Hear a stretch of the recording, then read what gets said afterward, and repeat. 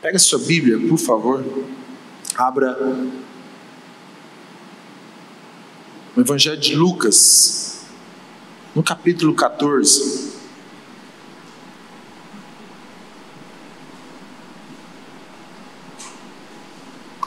Você que está nos visitando hoje, você é bem-vindo, já foi falado, mas nós queremos reafirmar, relembrar você que você é muito bem-vindo aqui nesse lugar. Nós estamos começando aí uma nova estação na igreja. Nós já passamos pela estação do evangelismo, onde nós estivemos falando bastante, pregando sobre a casa de paz. Nós também já passamos por uma estação que é a estação do acolhimento, onde nós acolhemos pessoas do nosso grupo, e também de outras maneiras, na igreja, nos ministérios, nos encontros. Nós estamos prestes a iniciar uma estação, que é a estação do discipulado. Essa estação, todas essas estações, depois virá a estação da multiplicação. Todas as estações são muito bem pensadas, nós oramos por isso, pensamos muito em oração para ministrar sobre o seu coração. O verso 25 do capítulo 14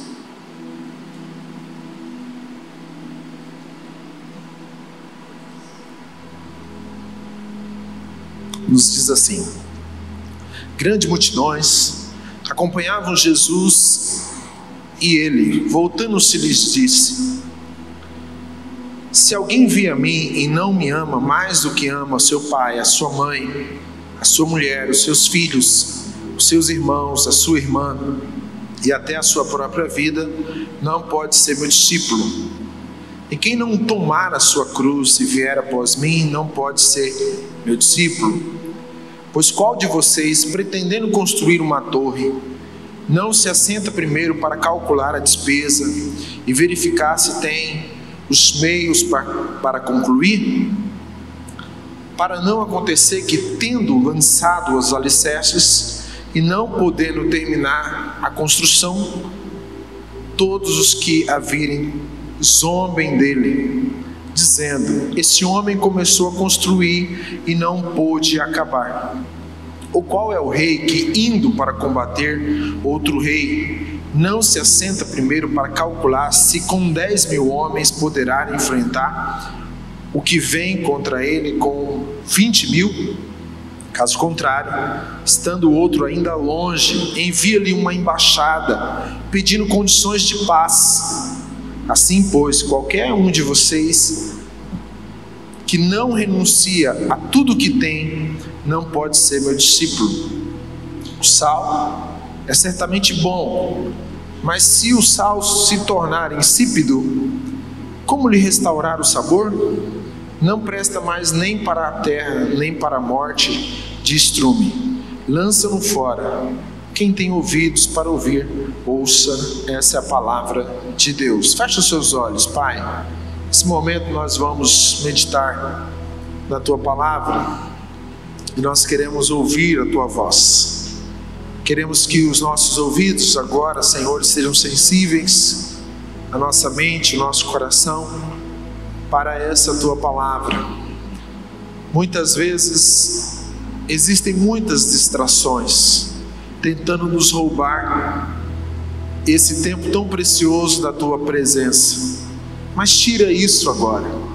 Se há alguma coisa que pode tentar roubar a nossa atenção, seja repreendido, e que nosso olhar, a nossa mente, nosso coração possa estar totalmente voltada para aquilo que o Senhor quer falar conosco nessa noite, de forma que nós possamos também responder segundo o Teu querer. E cada palavra ministrada nessa noite, cada uma delas que sair da minha boca, o Teu Espírito que já está aqui, que sonda o nosso coração, que conhece toda a nossa vida, possa introduzir essa Tua palavra conforme a Tua vontade no nosso coração, porque essa é a Tua palavra. Nós somos simplesmente instrumentos Teus, e precisamos de Ti em nome de Jesus, em nome do Senhor Jesus. Amém, queridos? Esse texto, eu não sei se na sua Bíblia tem, antes do verso 25, em cima normalmente tem um título. Algumas Bíblias devem ter o custo do discipulado, outras devem ser as condições para seguir Jesus. Enfim, tem alguns títulos aí, né? Mas a palavra de Deus vai nos dizer que depois que Jesus fala a respeito da parábola do grande banquete, onde um rei convida pessoas, pede para o seu servo convidar, e aquelas pessoas, ao ouvir o convite, começam a retroceder do convite, dando desculpas, porque precisava fazer algumas coisas, cuidar das suas juntas de boi, outro cuidar da sua fazenda, porque havia comprado, outro ainda porque estava em tempo de casamento. Então Jesus convida, então o rei convida todas as pessoas, convida coxos, mancos, cegos, convida pessoas das diversas, aleijados, todos aqueles que pudessem estar ali, os pobres, e manda convidar, diante das desculpas que aquele rei recebe. E o servo sai e convida todos, e chegando com aquelas pessoas, o rei ainda diz: ainda há lugar, convide o máximo de pessoas que você puder. Depois que Jesus conta essa parábola, a Bíblia diz que havia uma grande multidão que acompanhava Jesus. Esse texto começa falando sobre isso. Havia uma grande multidão que acompanhava Jesus, e Jesus se volta para essa multidão. Jesus volta-se para a multidão e começa a falar com a multidão. A multidão que acompanhava Jesus em todo o tempo, na caminhada de Jesus, em todo o tempo na caminhada, nos momentos de ensino, nos momentos de milagres, todo momento que Jesus manifestava o poder de Deus sobre a vida das pessoas, havia sempre uma multidão que o acompanhava. Alguns dessas multidões, alguns deles, dentre a multidão, se tornaram discípulos mais próximos. Mas sempre houve essa massa que estava com Jesus, que conhecia de alguma forma Jesus, os milagres de Jesus, mas não entrava para um relacionamento mais íntimo com Jesus. A multidão, ela não conhecia realmente quem era Cristo. E nesse momento aqui, Cristo vai aprofundar mais, pegando o contexto que muitos rejeitam a palavra, muitos rejeitam o convite da salvação, muitos rejeitam a palavra da salvação. Jesus se aproxima da multidão, que já é um povo que anda com ele, que o conhece de certa forma, mas não tem intimidade com ele, e fala: olha, a salvação você vai até Cristo, você vai até o pé da cruz, mas agora vocês precisam de um nível maior, além da salvação, que é se tornarem meus discípulos.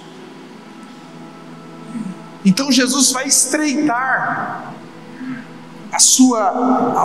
o seu relacionamento, vai estreitar a sua fala. Jesus vai dizer para eles: olha, não é importante que vocês estejam comigo, mas mais do que isso, Jesus está dizendo perfeitamente para a multidão: vocês precisam entender o custo do discipulado, vocês precisam entender o custo de ter um homem ou uma mulher que anda comigo, que vive comigo, que tenha o meu caráter na vida de você.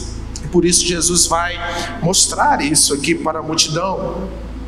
Jesus vai falar isso para a multidão, Jesus vai dizer isso para a multidão, e a gente vai falar um pouco sobre isso nessa noite, porque às vezes a gente conhece Jesus, a gente vem até Jesus, A gente ouve a palavra de Jesus, a gente gosta de Jesus, a gente gosta de tudo que Jesus diz, as palavras de Jesus, né? O louvor, as pregações, os homens de Deus, as mulheres de Deus. Mas a gente não entende que existe um custo e um nível maior de intimidade com Cristo. Que Cristo não nos quer ver só no meio da multidão. Que Cristo não quer nos perceber somente na massa. Mas Cristo quer nos levar para um relacionamento mais íntimo, um relacionamento mais próximo. Jesus ama a multidão, irmãos. Jesus ama a multidão. Ninguém está falando que a multidão era rejeitada por Jesus, que Jesus não gostava da multidão, que Jesus não é isso. Jesus ama a multidão. Porém, a multidão nunca conheceu realmente o coração de Jesus. Nesse nível de relacionamento, aqueles que estão nesse nível de relacionamento nunca vão conhecer de fato como é o coração de Cristo. O que Jesus pensava, como Jesus agia, porque a multidão estava com Cristo nos momentos dos benefícios, logo após ela ir embora. Eu quero falar rapidamente sobre algumas características importantes sobre a multidão, rapidamente, para você entender. O texto começou falando: grandes multidões acompanhavam Jesus. Primeiro aqui a gente vai perceber é que a multidão estava com Jesus por curiosidade, né? Havia agora um galileu, alguém que estava fazendo milagres, que ensinava. Vamos lá, vamos até ele. O que está acontecendo? Quem é esse homem? Quem é essa pessoa que faz coisas extraordinárias? Então havia muita curiosidade no coração, havia muita falsas expectativas no coração da multidão. Só que a multidão não tinha consciência do compromisso. Ela é curiosa, mas ela não se compromete. Ela é curiosa para estar com Cristo, mas ela não entra, ela não se coloca no processo de Deus. Então a multidão é curiosa. Toda vez que acontece coisas, milagres, prodígios de Deus, a multidão sempre vai afluir, a multidão sempre vai estar lá, né? Se está acontecendo milagres extraordinários na Presbiteriana Renovada, tem multidões aqui de gente curiosos. O que está acontecendo? Agora, isso não significa que não significa que essa multidão está comprometida. Lembre-se, Jesus amava a multidão. A multidão também, a multidão não tem individualidade e nem nome. No meio da multidão, no meio de um monte de gente, 200, 300, 500, 1000 pessoas, ninguém tem individualidade, né? Ninguém tem nome. Jesus fala da multidão, a Bíblia de Lucas cita como uma multidão. Não fala do nome das pessoas, não cita o nome, não cita a individualidade, não cita a particularidade, ou seja, não se encontra na multidão responsabilidade nesse nível de relacionamento. Nós estamos todos juntos, nós estamos no meio, e no meio da multidão não há responsabilidade, porque eu me encontro no meio de muitos, e aí, como eu estou no meio da multidão, nesse nível de relacionamento com Cristo, eu não preciso prestar contas da minha vida para ninguém. Eu vou na igreja, eu gosto, eu estou sempre no meio da multidão, mas ninguém conhece meu nome, o que eu faço ninguém tem nada a ver com isso. A multidão é assim, né? A multidão ninguém presta atenção.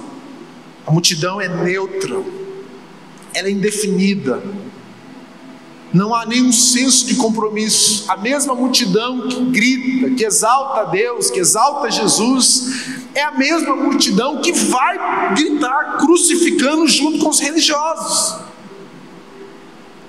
Ela tem aspectos de neutralidade, ou seja, você está ali no meio dela, mas não se percebe que você e eu, quando estamos no meio da multidão, tomamos um compromisso com Jesus.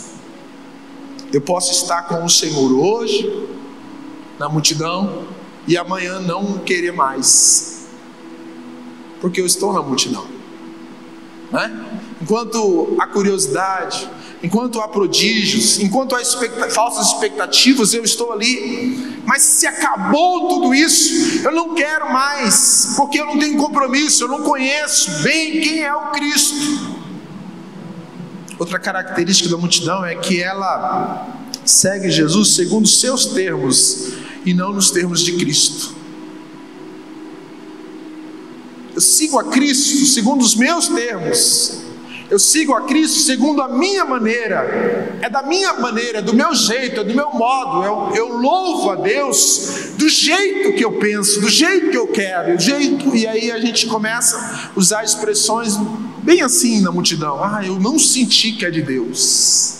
Deixa eu lembrar você, homens de Deus não vivem pelo sentimento, vivem pela fé.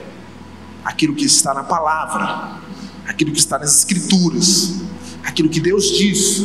Porque muitas vezes nós estamos sendo enganados pelo sentimento, porque os nossos sentimentos, eles são bons, mas ao mesmo tempo eles nos enganam. Então a multidão é assim, ela é atraída por essas coisas, segundo o meu termo. Eu vou quando eu quero, eu faço o que eu quero, eu vou e eu louvo a Deus do jeito que eu quero. Eu não consigo, e eu não sinto que eu preciso fazer isso. Os discípulos olham para a palavra e dizem: assim diz o Senhor. É diferente, né? Não é o que eu quero, não são os meus termos, não é como eu penso, mas é assim que diz o Senhor. E como diz o Senhor, eu vou fazer, mesmo que isso me doa, e mesmo que isso me confronte, mesmo que isso me custe muito caro. Então a multidão, ela quer seguir Jesus nos termos dela, não nos termos de Cristo. Outra característica da multidão é que a multidão participa dos milagres de Jesus. Quando Jesus multiplica os pães, havia uma multidão de mais de 5.000 pessoas ali. Então todos comeram pão multiplicado. A Bíblia diz que um dia todo se passou, a noite se passou, ele anda sobre as águas, né? E aí ele vai dizer: olha, vocês comeram e estão comigo porque multipliquei o pão, mas eu quero dizer, eu sou o pão da vida.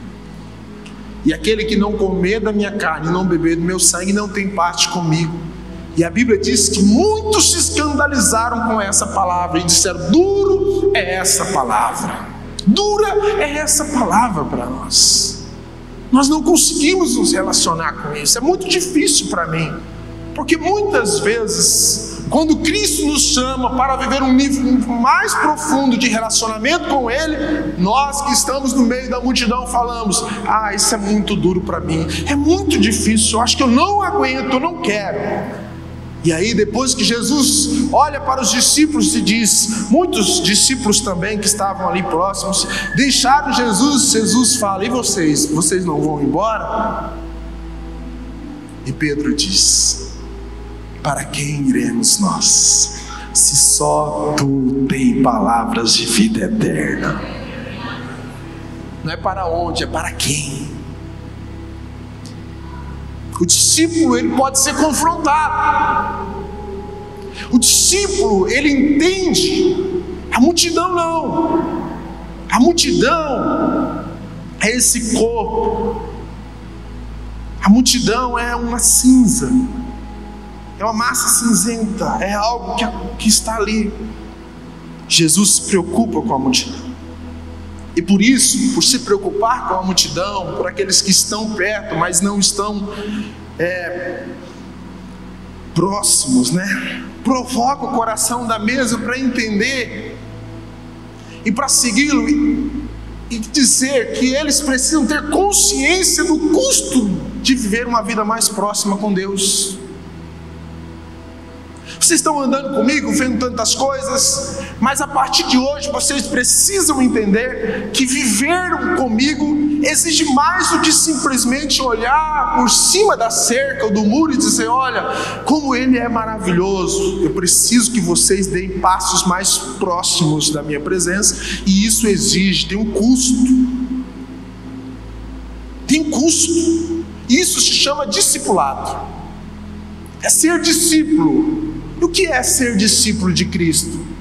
A palavra discípulo, de uma forma bem clara, bem básica, bem simples, significa ser como Cristo, ou seja, um pequeno Cristo. Significa, quando em Atos, os homens perceberam aqueles que seguiam Jesus, disseram: esses são discípulos, são cristãos, são aqueles que vivem como Cristo. O discípulo é aluno. O discípulo é aquele que vive como Cristo, é aquele que aprendeu como Jesus. E Jesus vai trazer à consciência daquelas pessoas o custo de ser um discípulo verdadeiro de Cristo. E eu quero perguntar para você nessa noite: você quer ser um discípulo de Jesus? Levante a sua mão assim.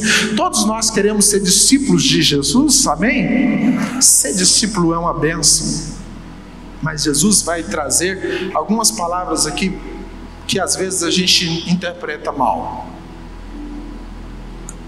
Ele vai dizer assim: se alguém vem a mim e não me ama mais do que ama o seu pai, a sua mãe, sua mulher, seu filho, seus irmãos, a sua irmã e até a sua própria vida, não pode ser meu discípulo. O que Jesus está dizendo? Presta atenção nisso aqui. Jesus não está dizendo que você não deve amar o seu pai, a sua mãe. Jesus não está dizendo que você não deve amar a sua mulher. Jesus não está dizendo que você não pode amar a sua casa, a sua família. Não é isso que Ele está dizendo. Ele não está dizendo. Ele está dizendo: se alguém não me amar mais. Então Jesus está falando sobre o custo do amor, sobre amar. Jesus não é somente mais um fato na sua história. Jesus é o centro da nossa história.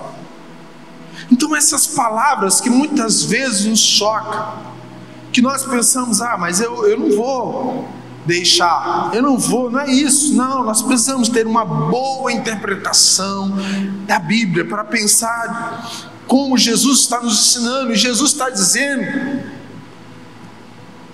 que Ele não é alguém a mais que nós precisamos amar. Jesus não é alguém que uma pessoa a mais na nossa história. Ele está falando sobre a prioridade do nosso amor. Porque às vezes a gente vem para Jesus e a gente vem por adesão e não por conversão. Você entende isso? A gente simplesmente adere Jesus na nossa história. A gente tem uma vida comum, normal, e aí de alguma maneira a gente teve um encontro com Cristo e a gente simplesmente pega Jesus e fala: não, o Senhor agora participa da minha vida. Ele se torna um acessório, não o centro. E Jesus está dizendo: eu não sou um acessório, eu não sou um adereço, eu sou o centro da sua vida. Eu devo ser a prioridade, eu tenho a primazia da sua vida. E aquele que não me amar como primeiro, como primazia, aquele que não me amar como centro de todas as coisas, não é digno, não pode ser meu discípulo. Então Ele não é somente mais uma coisa na sua vida, Ele não é somente mais uma agenda na sua agenda, Ele não é somente uma pessoa que entrou na sua história. Jesus é o centro da nossa vida, da nossa história. Jesus é tudo o que nós temos. Jesus tem a primazia da nossa vida. Eu estou vivendo e agora eu encontrei com Jesus. Nossa, como é gostoso, como é bom, como é legal. Eu vou uma vez por semana lá, eu faço isso, e a minha vida não muda em nada.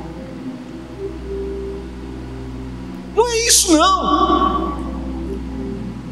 Jesus está dizendo e falando que quando nós temos um encontro real com Ele, quando nós nos dispormos a colocar a nossa vida diante dEle e ter um relacionamento pessoal, Ele vai mexer nos nossos amores, naquilo que é mais íntimo, naquilo que é mais profundo, naquilo que nós valorizamos como algo mais excelente, aquilo que nós achamos. Ele está dizendo, até a sua própria vida. Ele vai levar em um nível tão grande de pai, de mãe, de mulher, de esposo, de filhos, de irmã. Ele está dizendo, mas o que ele está dizendo é o seguinte: me tenha como primazia na sua vida, me tenha como primeiro lugar. Ele está falando de amor. Quanto ao discipulado, os discípulos são aqueles que amam a Deus, amam o Senhor. Na compreensão, queridos, presta atenção nisso aqui, não só uma pessoa, mas a compreensão de que Ele é Deus. Porque às vezes nós temos a compreensão que Jesus é uma pessoa. Ai, Jesus é maravilhoso, Ele é tão bom. Ai, que delícia. Certa vez, quando Jesus vai falar a respeito de guardar, Ele diz assim: ama a Deus acima de todas as coisas, ama o próximo.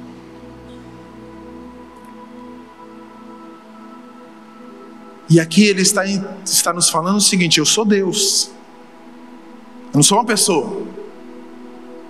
Se você compreender que Jesus é simplesmente homem, você vai viver um relacionamento de que Ele é mais um adereço na sua história. Mas se você compreender nessa noite, partindo como discípulo, que Ele é Deus sobre todas as coisas, que Ele é o Senhor, Kyrios, e que nós somos servos, filhos dEle, nós devemos devotar totalmente a nossa vida a Deus. Discípulos, entende que Jesus é Deus. Quando eu parto para uma caminhada mais próxima com Jesus, num discipulado pessoal com Cristo, eu vou entender que Jesus é o Senhor da minha história, que Jesus é o Senhor da minha vida, que Jesus é o Senhor de tudo que eu sou, de tudo que eu tenho, de tudo que eu faço.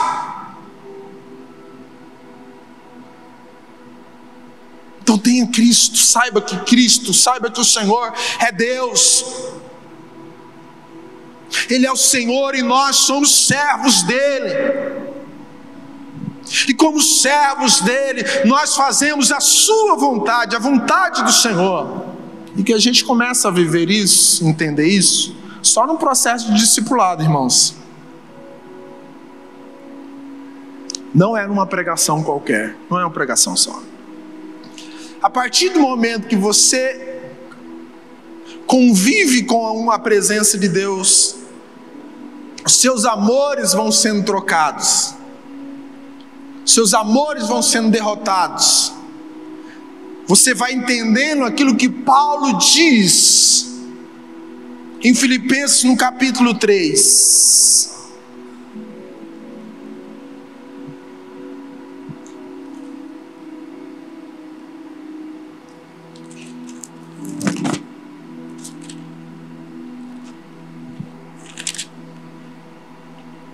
Ele fala assim: mas o que para mim era lucro, isso considero perda por causa de Cristo. Na verdade, considero tudo como perda por causa da sublimidade do conhecimento de Cristo Jesus, meu Senhor.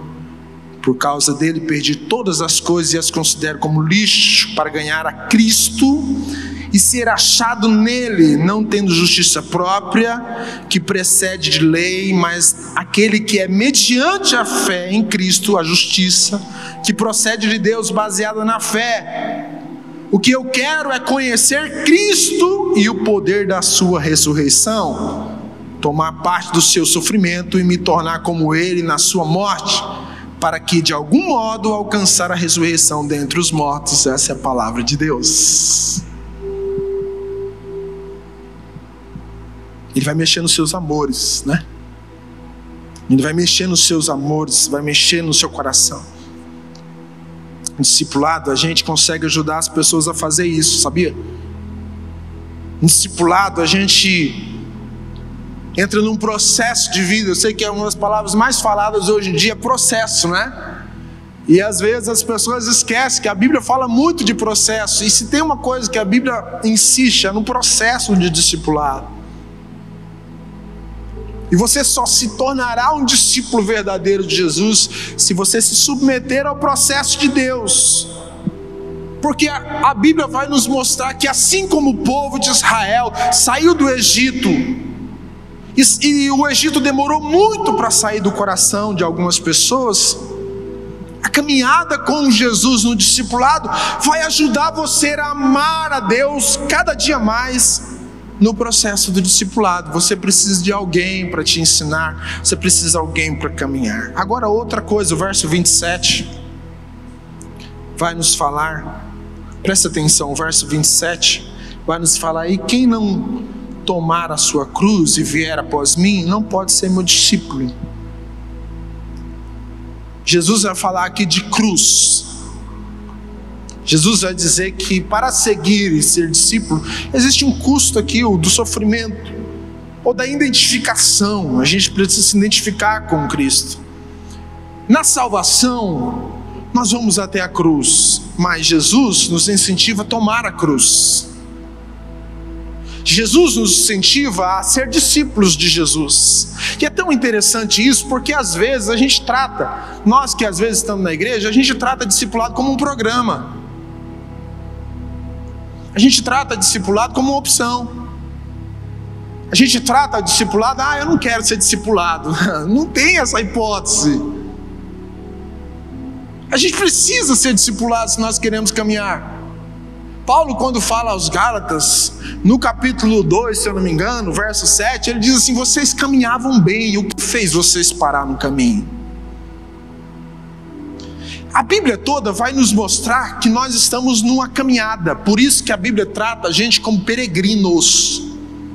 Nós somos peregrinos, irmãos. Essa terra que nós habitamos aqui não é nossa, não é nossa casa, não é nossa pátria, não é o nosso lugar. Nós somos peregrinos. Se você está gostando demais ao ponto de dizer assim: Jesus não podia voltar, você está com a concepção errada. Nós somos peregrinos. A gente está aqui de passagem. A gente está na caminhada, a gente está no processo de Deus. Uma hora, pela palavra nós cremos, Jesus vai voltar e nós vamos estar com Ele para sempre na glória. Amém? Essa é a sua principal expectativa e é minha. E nós devemos estar preparados para isso. Mas a nossa caminhada é uma caminhada que envolve um compromisso.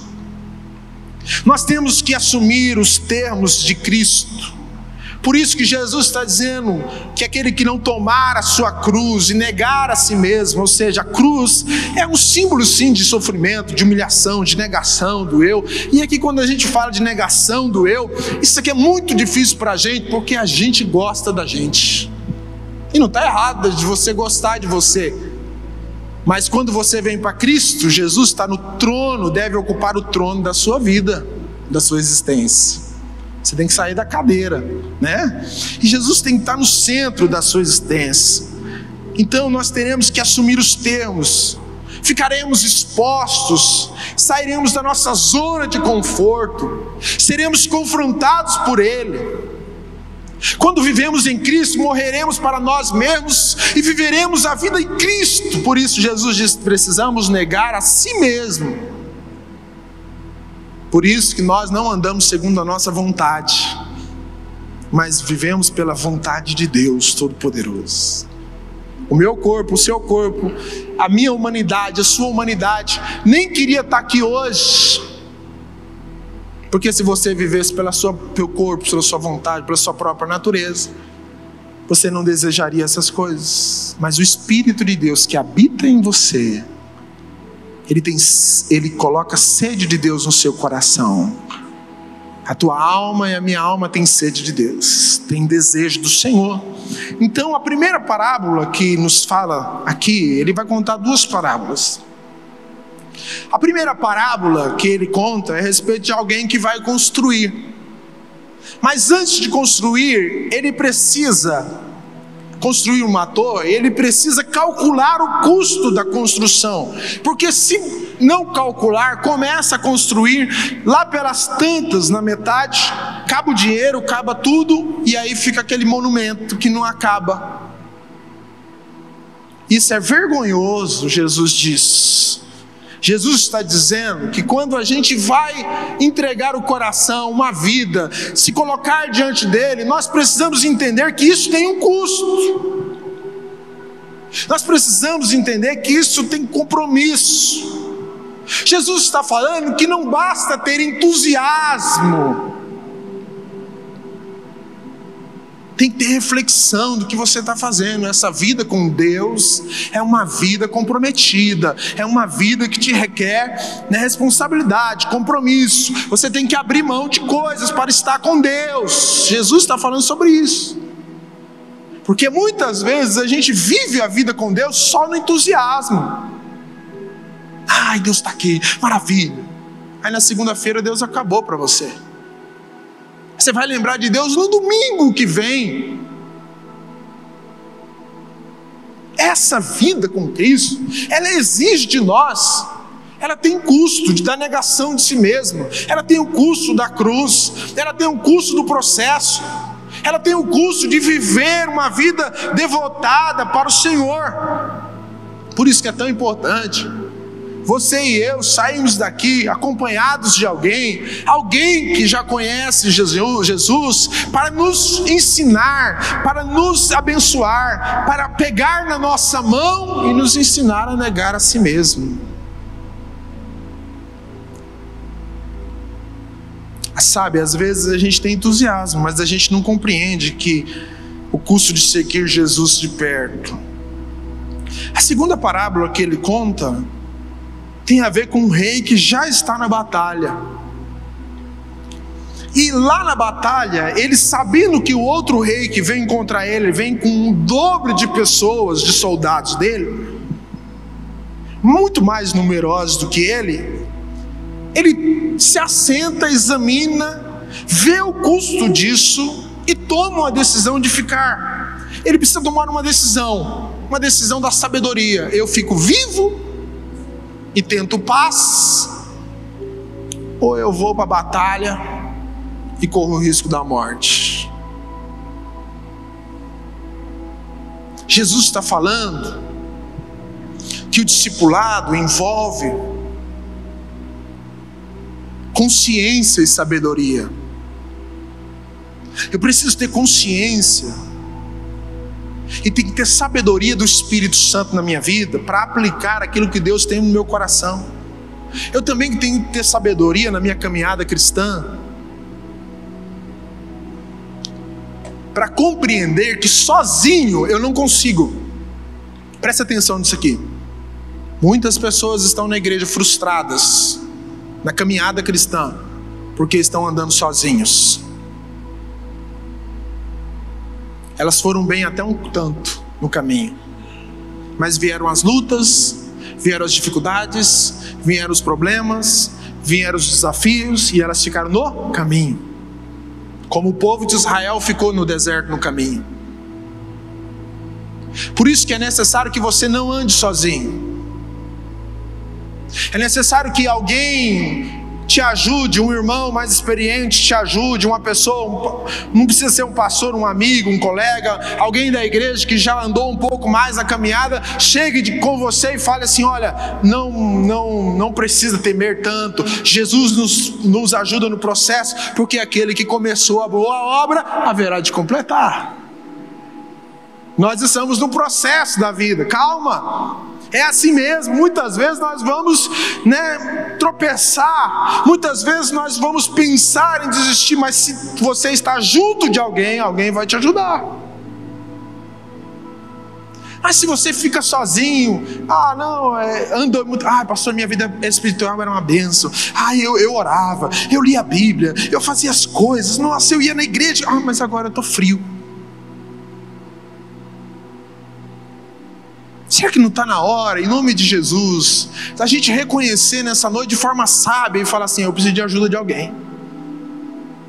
Eu preciso chegar num líder, num pastor, em alguém e falar assim: me discipula.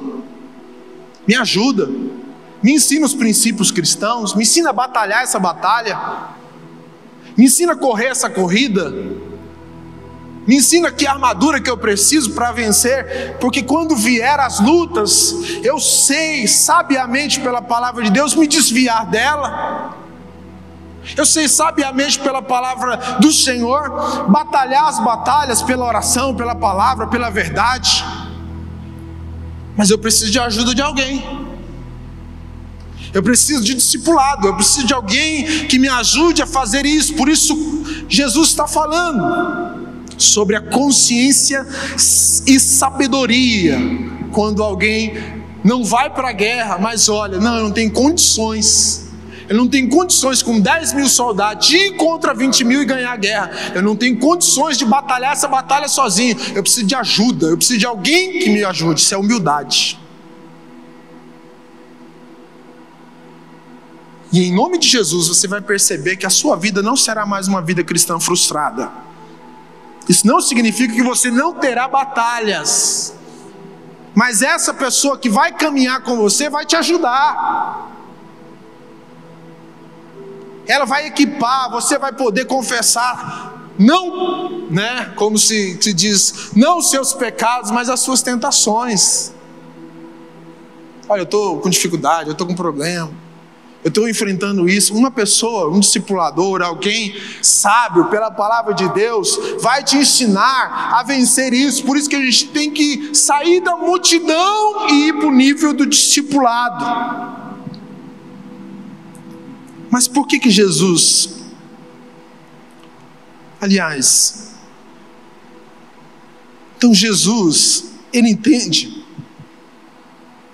né? O verso 33, a gente já está caminhando para o fim.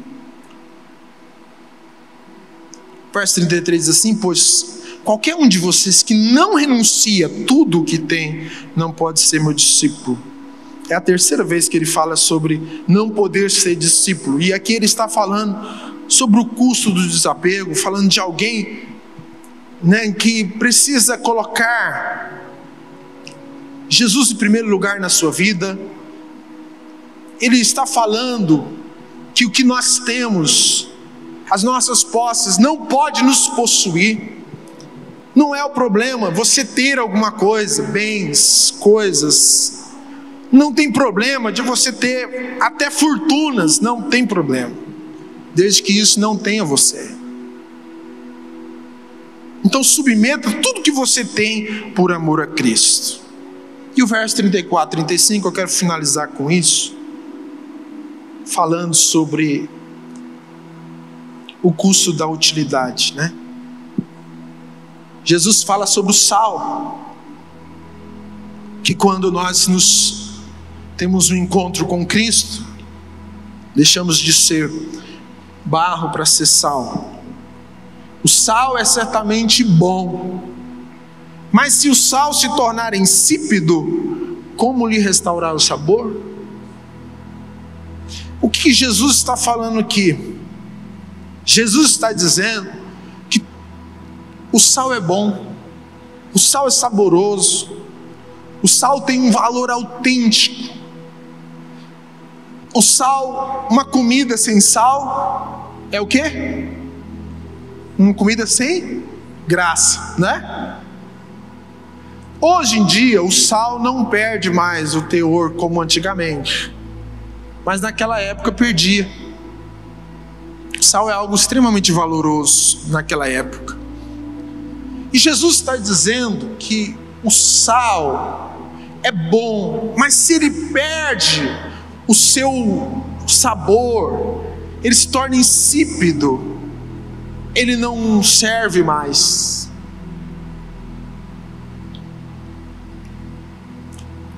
Jesus está falando sobre a autenticidade. O sal é autêntico. Jesus está falando de mim, de você. Ele está falando que todo homem, toda mulher que tem um encontro com Deus verdadeiramente, enfrenta o processo do discipulado, ele se torna uma pessoa autêntica. Ele é como Deus, ele é como Cristo.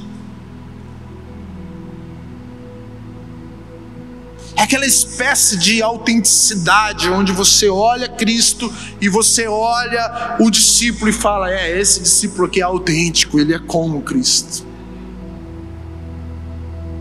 Mas se ele perde o sabor, se ele perde a sua função, ele se torna maldição.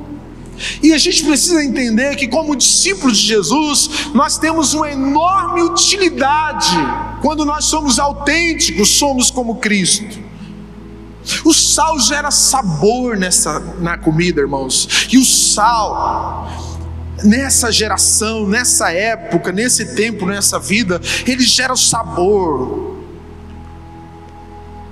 Ele saboreia tantas vidas sem graça, tantas vidas sem Deus, tantas vidas amarguradas, tantas vidas complicadas, mas um verdadeiro discípulo autêntico do Senhor, onde ele chega, ele produz sabor.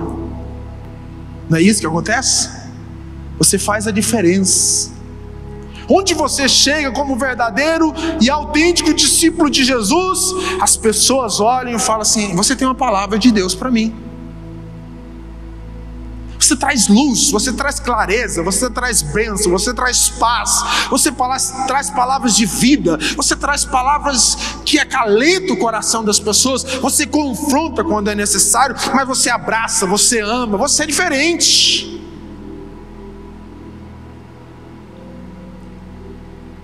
Você não é insosso, não é insípido, não é neutro com a multidão, mas você é autêntico. E é uma bênção isso. Porque quando o mundo percebe que há discípulos verdadeiros de Jesus, quando o mundo percebe que você passou pelo processo de discipulado, que você negou a si mesmo, que você entendeu o custo, que você foi sábio, que alguém andou com você, as pessoas olham para você, elas sabem, você não é um religioso, mas você é um homem de Deus, uma mulher de Deus, você tem uma palavra de Deus para a minha vida, não é isso? Você faz a diferença lá no seu PG, você faz a diferença lá no seu condomínio, você faz a diferença lá na sua rua, no seu trabalho, você faz a diferença nessa sociedade, em qualquer área que você está, em qualquer âmbito que você está. As pessoas conseguem identificar porque você tem sabor, você é autêntico, você é como Cristo, como Jesus. Ele também preserva diante de um mundo tão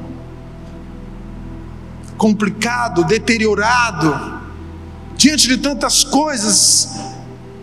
Os cristãos verdadeiros, discípulos de Jesus, que se comprometem com a palavra, que não estão só na multidão, mas estão próximos deles, são conservados e conservam o mundo corrompido com a palavra de Deus.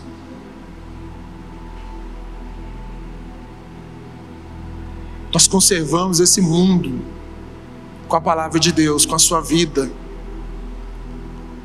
E eu vou concluir aqui dizendo o seguinte: nós precisamos ser discípulos autênticos. Nós precisamos ir além do anonimato. Nós precisamos ir além da multidão. Pastor, mas eu já venho nessa igreja há muitos anos. Você já me viu aqui, pastor, quantas vezes? Mas pode ser que você está na multidão ainda. Pode ser.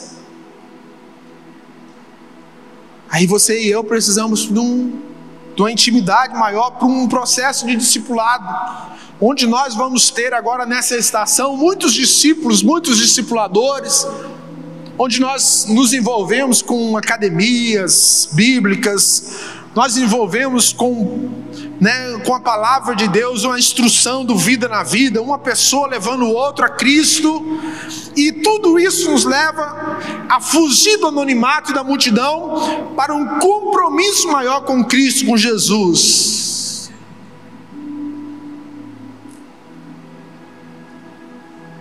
Eu sei que muitas vezes você quer comer o pão multiplicado, não é isso? O pão multiplicado também é uma bênção. A gente precisa da multiplicação dos pães. Mas preste atenção aqui. Os discípulos conhecem o coração do Mestre, e o Mestre conhece o coração de Jesus. O Jesus conhece o coração dos discípulos. Jesus, quando está rumo à cruz, ele chama todos os discípulos, os próximos, aqueles que andavam com ele, que ele confrontava, que ele conhecia, chama na mesa, ele pega o pão